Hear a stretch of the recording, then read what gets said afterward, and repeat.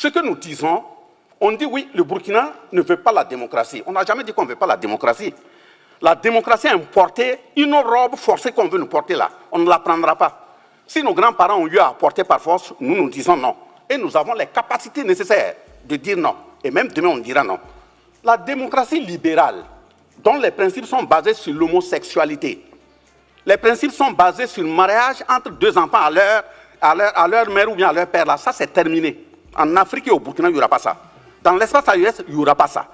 On se rappelle en septembre 2023, au moment où le Burkina Faso, le Mali et le Niger n'étaient pas fréquentables par certains, y compris même leurs propres frères africains, vous avez pris la parole à la tribune des Nations Unies. Vous avez tenu des propos assumés et forts. Vous avez eu à dire devant l'histoire qu'on est fatigué. On est fatigué de la condescendance, on est fatigué de l'arrogance, on est fatigué de la suffisance. Vous ne vous êtes pas seulement limité à ces mots. Lorsque vous êtes rentrés, vous et l'ensemble du peuple togolais, avec le président du Conseil en tête, vous avez créé toutes les conditions pour que nos matériels pour défendre et protéger nos populations ont été libérés. Et jusqu'à l'heure actuelle où nous prenons la parole, avec tout ce que nous avons traversé comme difficulté, nous n'avons pas entendu une seule seconde que le Togo a fermé ses frontières à ses frères. Justement pour emboîter le pas du président de la commission de la CEDEAO et du frère représentant spécial de l'Union africaine, que je salue fortement, leurs propos qu'ils viennent de tenir nous marquent, et c'est africain. Je pense que mon frère de la commission de la CEDEAO a même dit que cette rencontre s'inscrit dans une doctrine africaine, ancestrale. C'est très important. En le disant ainsi, Monsieur le ministre, le fait de libérer le matériel n'est pas fermer les frontières à vos frères, mais également cette instance qui se veut comme arbre à palabre.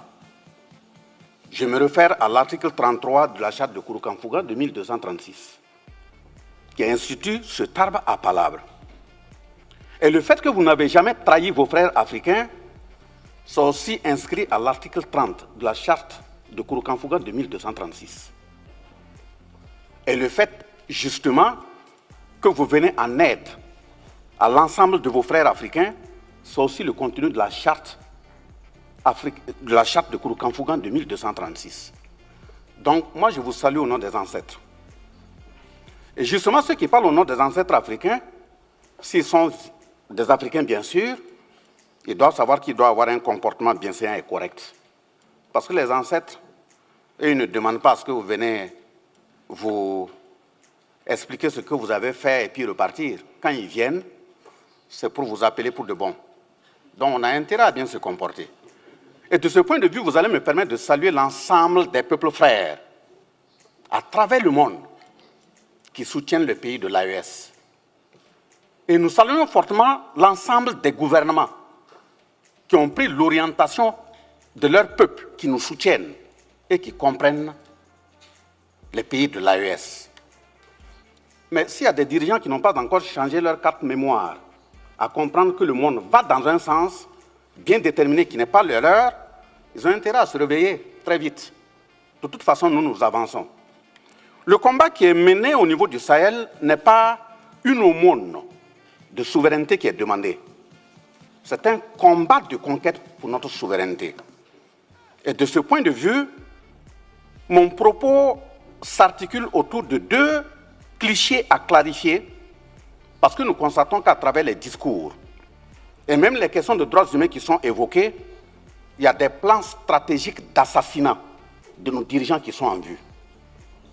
Et quand je parle de plans stratégiques d'assassinat des dirigeants, il faut que mes propos soient précis afin qu'on puisse comprendre. Des moments où on parle de démocratie, il faut que les pays de l'AES retournent à la démocratie. Il faut qu'ils retournent à des élections. Nous parlons de quelle démocratie? Le point d'interrogation mérite d'être posé dans la mesure où, depuis les années 1960 à 2022, si je prends le cas du Burkina Faso, nous avons été dirigés par des démocrates implantés, installés par des gens assis de l'autre côté des océans.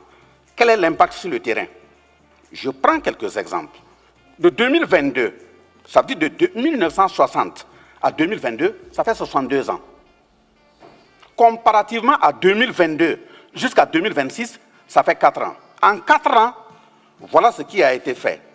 Quand l'appel a été lancé au peuple burkinabé de faire face à la situation actuelle, de 2022 à l'heure où je vous parle, le peuple a mis la main à sa poche et il a cotisé 541,2 milliards. Le peuple dont on dit qu'il est martyrisé là, il a cotisé 541,2 milliards pour faire face à la situation actuelle. Ça n'a jamais existé dans notre pays. Donc quand on parle de peuple martyrisé, c'est de quel peuple? Deuxième exemple que je prends, au plan sanitaire, malgré que nous sommes en crise, en guerre, comme nos autres pays frères, le Niger et le Mali, une décision a été prise. Quand vous avez des problèmes de reins, pour aller te soigner, il fallait déposer une caution de 500 000. Le chef de l'État a pris un texte, cette caution de 500 000 a été annulée. Ce n'est pas un droit humain, ce n'est pas la défense des droits humains. Deuxième exemple, au niveau de l'approche communautaire, dans une période de crise, on a payé 15 cliniques mobiles pour l'ensemble des régions de notre pays. Les populations ne se déplacent plus pour venir à Ouagadougou, à Bobo-Dioulasso pour se soigner. Dans chaque région, il y a une clinique entièrement équipée sur place. Il n'y a plus de défense de droits humains que ça. Troisième exemple que je prends, au niveau de l'assurance maladie universelle, permettant aux populations, y compris le secteur informel, de cotiser 4 000 francs par an. Et quelle que soit la formation sanitaire que vous vous présentez, vous êtes pris en charge. Pourquoi depuis 1960 jusqu'à 2022, ce n'était pas fait?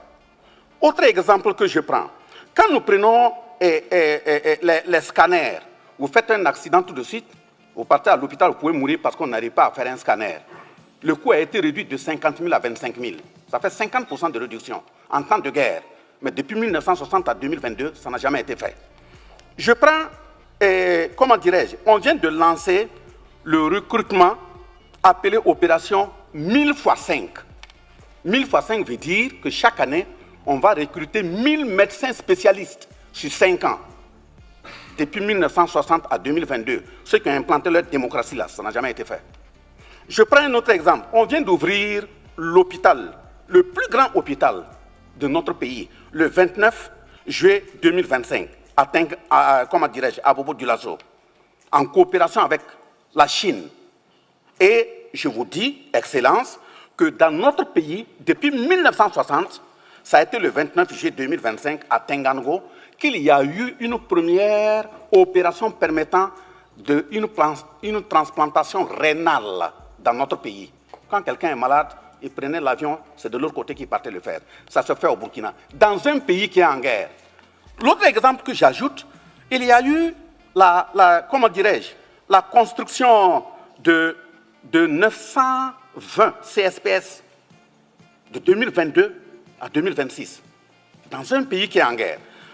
Le 21 décembre 2025, ou même je vais, jusqu'à ce qu'on vient de constater, on a fait le point, ça fait 38 centres de santé nouvellement construits dans un pays qui est en guerre. Je peux bien en citer d'autres.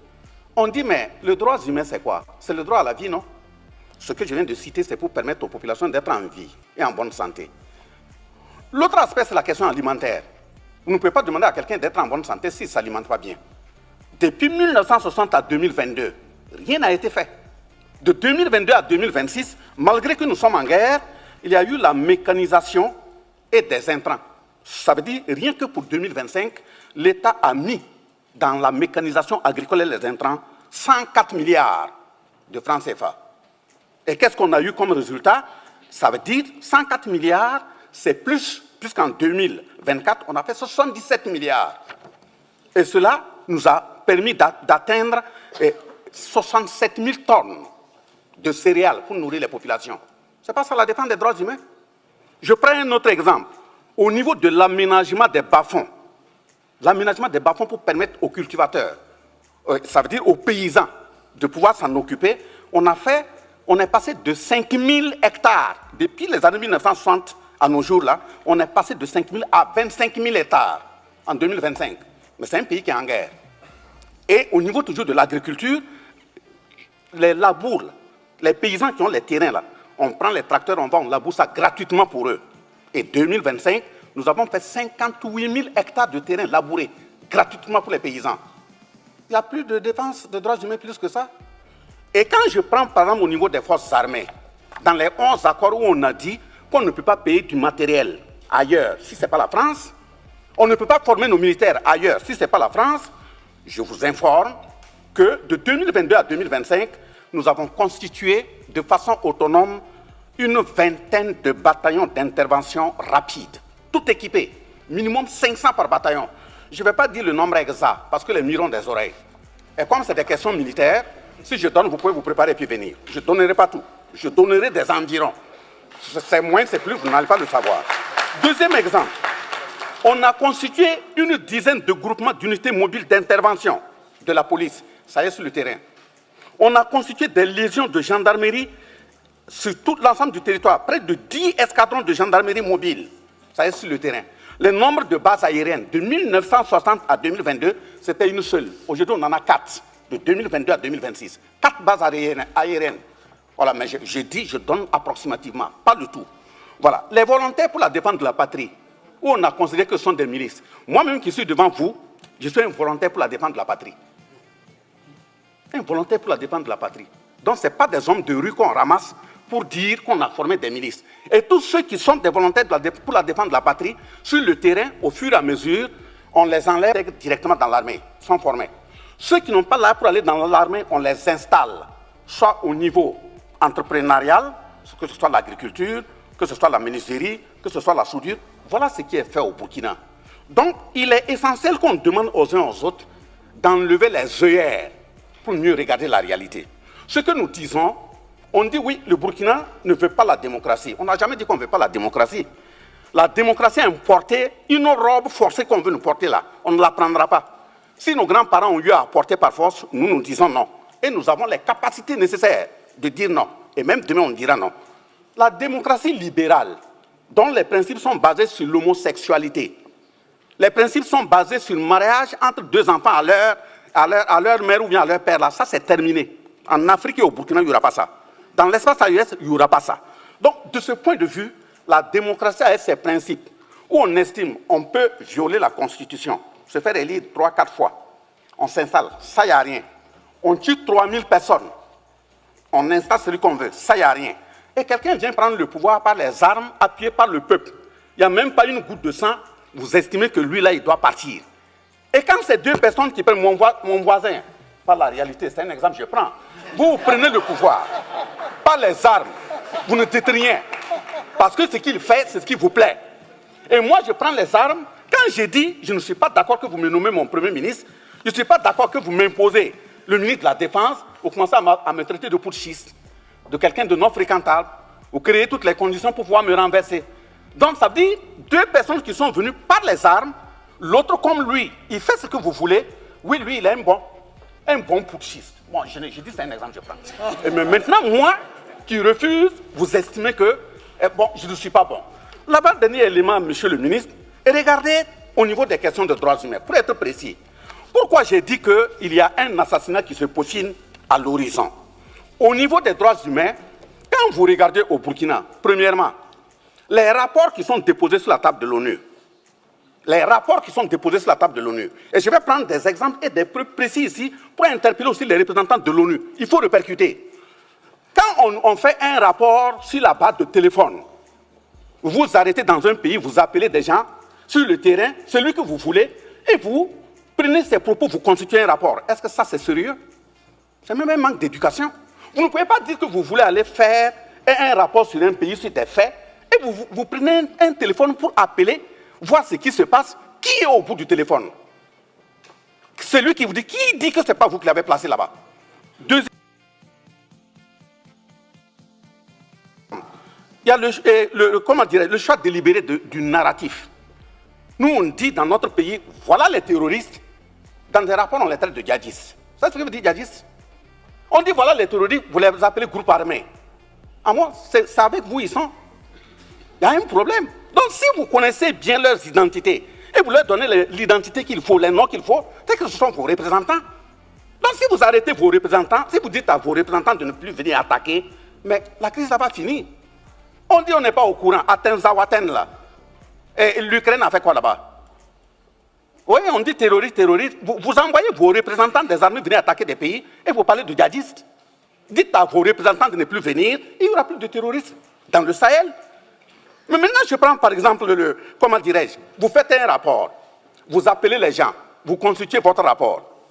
Au lieu de faire une confrontation sur ceux même dont le rapport porte, vous dites non, bon, si vous avez fait l'étude pendant 3 mois, vous laissez quand il reste 1 semaine pour clore le rapport, vous appelez maintenant les responsables du pays, ils n'ont qu'à contredire. Ils vont venir contredire quoi? Ça veut dire que vous créez les conditions pour qu'ils n'aient même pas la possibilité de réagir.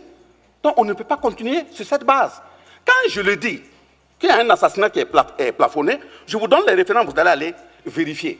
Même sur le terrain, comment une puissance va dire, ou bien dans un rapport, on dit oui, que des satellites ont vu les FDS faire des assassinats massifs.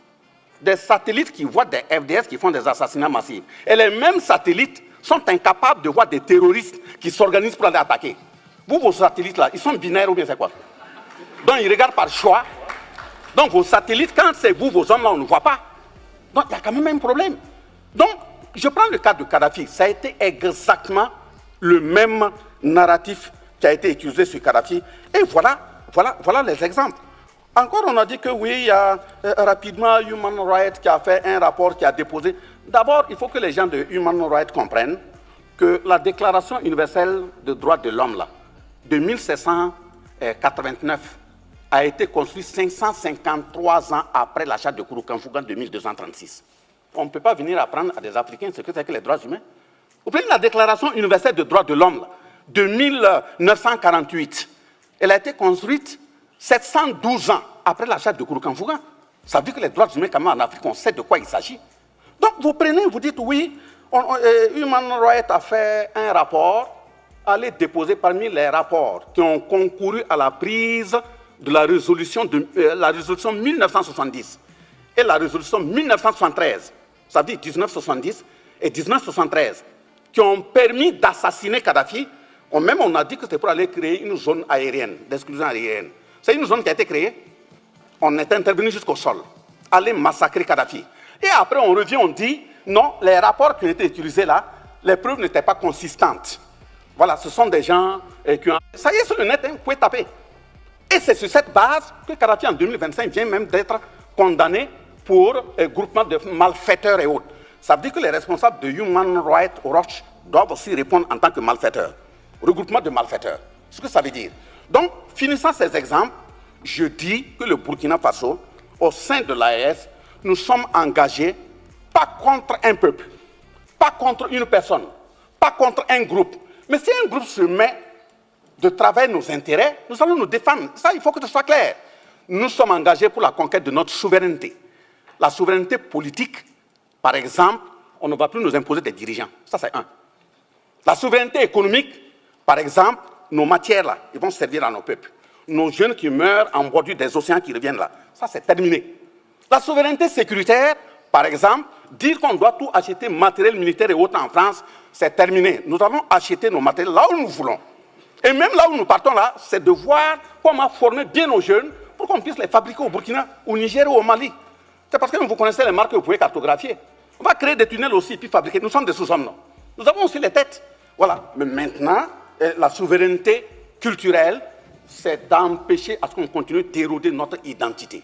Nous sommes dans le combat pour conquérir notre identité. Et quand je dis que c'est une conquête, ce n'est pas une aumône là, nous sommes prêts. Nous qui sommes là. Si c'est perdre la vie pour ça, on est prêts. Merci, merci monsieur le ministre. Nous formons les jeunes pour nous accompagner. Donc, ok, je m'arrête là. Merci, que les ancêtres et Dieu vous accompagnent.